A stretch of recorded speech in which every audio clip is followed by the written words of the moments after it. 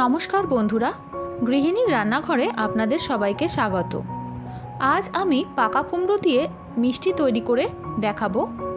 কি ভাবছেন, পাকা কুমড়ো দিয়ে আবার কেমন মিষ্টি? আমি যেভাবে মিষ্টিটা বানাবো সেটা ফলো করে যদি আপনারা মিষ্টিটা বানান, তাহলে এই মিষ্টি খেতে এত সুস্বাদু হবে, যে খাবে সে কিছুতেই বুঝতে পারবে না এটা পাকা কুমড়ো দিয়ে তৈরি করা মিষ্টি। অনেক ধরনের মিষ্টি তো খেয়েছেন, এবার একটু কুমড়োর মিষ্টি খেয়ে দেখুন। 400 গ্রামের কাছাকাছি পাকা কুমড়ো নিয়েছি। খোসা ছাড়িয়ে কুমড়োটাকে 3 টুকরো করে নিয়েছি। ভালো করে ধুয়ে শুকনো করে নিয়েছি। এরকম ধরনের ছোট দাঁতের গ্রেটার নিয়ে তাতে কুমড়োগুলোকে ঘষে নেব।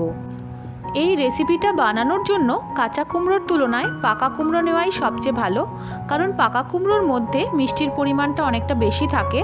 কাঁচা কুমড়ো খুব তাড়াতাড়ি সেদ্ধ হয়ে যায়, কিন্তু পাকা কুমড়োটা সেদ্ধ হতে একটু দেরি হয়। তাই জন্য আমি এরকম সরু গ্রেটার ব্যবহার করছি।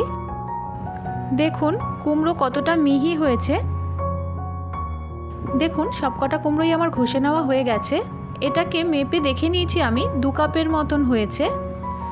এখন গ্যাসে কড়াই বসিয়ে দিয়ে দেবো বেশ কিছুটা ঘি। ঘিয়ের পরিমাণটা এতে একটু বেশি লাগবে। ঘি গরম হয়ে এলে কুমড়োগুলো দিয়ে দেবো।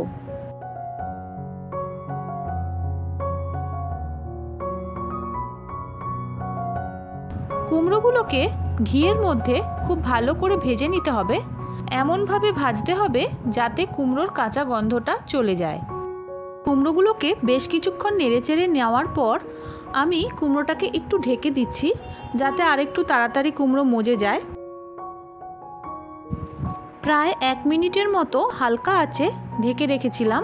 দেখুন কুমড়ো কতটা মজে গেছে। এবার ভালো করে নেড়েচেড়ে আরও কিছুক্ষণ একটু ভেজে নেব। দেখুন ঘি ছেড়ে ছেড়ে আসছে, তার মানে কুমড়োটা মোটামুটি ভালো মতনই ভাজা হয়ে গেছে। এবার এর মধ্যে দিয়ে দেবো 1 কাপ কোরানো নারকেল। আমি এখানে ডেসিকেটেড কোকোনাট ব্যবহার করছি। আপনাদের কাছে যদি ফ্রেশ নারকেল থাকে তাহলে আপনারা ফ্রেশ নারকেলই ব্যবহার করতে পারেন।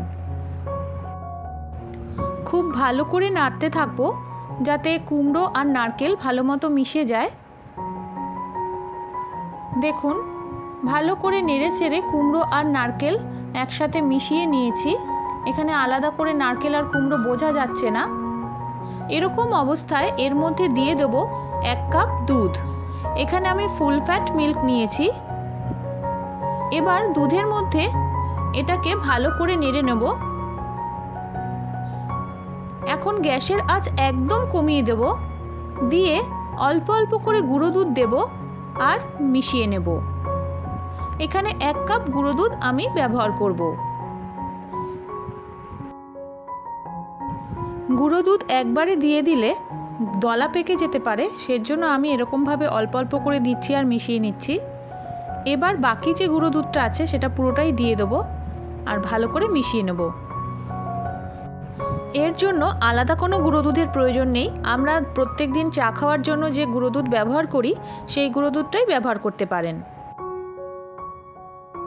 এই সময় গ্যাসের আঁচ মাঝারি রাখবো, আর এই মাঝারি আঁচেই সমানে এইভাবে নেড়ে নেড়ে নারকেল আর কুমড়ো দুধের সঙ্গে একটু ফুটিয়ে নেব। মিনিট খানেক এইভাবে নেড়ে নেওয়ার পর এর মধ্যে দিয়ে দেবো চিনি। আমি এখানে 3 টেবিল চামচ চিনি দিলাম, লাগলে পরে আরেকটু দেব। এখন ভালো করে নেড়ে চিনি গলিয়ে নেব।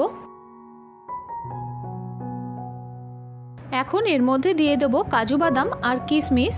আমি কাজু বাদাম কিছুটা মিক্সিতে গুঁড়ো করে নিয়েছি, আর কিছু কাজু বাদাম ছোট ছোট টুকরো করে নিয়েছি, আর কিশমিশগুলোকে আমি 2 টুকরো করে নিয়েছি। এখন এটা এর মধ্যে দিয়ে দেবো।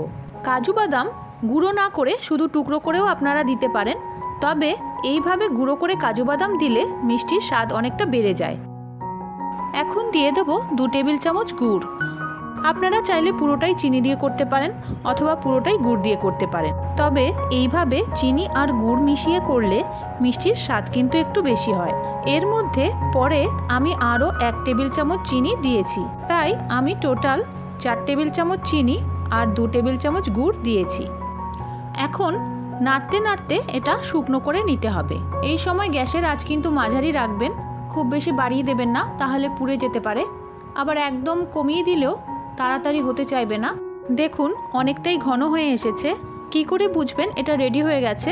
দেখুন একদম শুকনো হয়ে গেছে আর কড়াইয়ের মধ্যে লেগে থাকছে না, আর হালকা হালকা করে ঘিও ছেড়ে দিচ্ছে। এখন এটা নামিয়ে নেব। একটা স্প্যাচুলা দিয়ে এইভাবে একটু ছড়িয়ে দেব যাতে তাড়াতাড়ি ঠান্ডা হয়ে যায়। আপনারা চাইলে এটাকে ঠান্ডা করে নিয়ে তারপর করতে পারেন, উষ্ণ অবস্থায়, হালকা উষ্ণ অবস্থায় করে নিতে পারেন। কিন্তু আমার কাছে একটু তাড়াহুড়ো ছিল বলে আমি একটু গরম অবস্থাতেই করছি, তাই হাতে একটু ঘি মাখিয়ে নিলাম। লাড্ডু যতটা বড় করতে চান সেই অনুপাতে মিশ্রণ হাতের মধ্যে নিয়ে এইভাবে হালকা করে চেপে চেপে গোল করে নিতে হবে। এটা বেশ ভালো গরম আছে, আমার হাতে প্রায় ছ্যাঁকা লাগছে, তাই আমি এইভাবে একটু করছি। এবার একটা স্প্যাচুলা দিয়ে এটাকে একটু কেটে কেটে নেব যাতে এটা তাড়াতাড়ি ঠান্ডা হয়ে যায়। দেখুন এইভাবে কেটে নিচ্ছি, তাড়াতাড়ি ঠান্ডা হয়ে যাবে।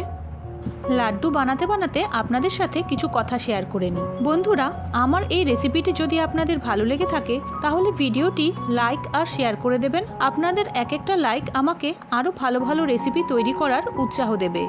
আর এখনও যদি আমার চ্যানেলটি সাবস্ক্রাইব না করে থাকেন তাহলে অনুরোধ রইল চ্যানেলটি সাবস্ক্রাইব করে সাথে থাকুন।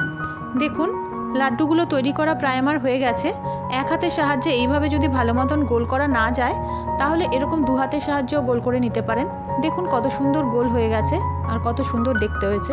এই মিষ্টিটা বানানোর সময় একটা কথা মাথায় রাখবেন, পাকা কুমড়ো কিন্তু মিষ্টি হয়, তাই মিষ্টির পরিমাণটা বুঝে দেবেন। আবার একদম কম মিষ্টি দেবেন না, তাহলে লাড্ডু পাকানোর সময় কিন্তু অসুবিধা হবে, আঠা আঠা ভাবটা থাকবে না, ছেড়ে যাবে।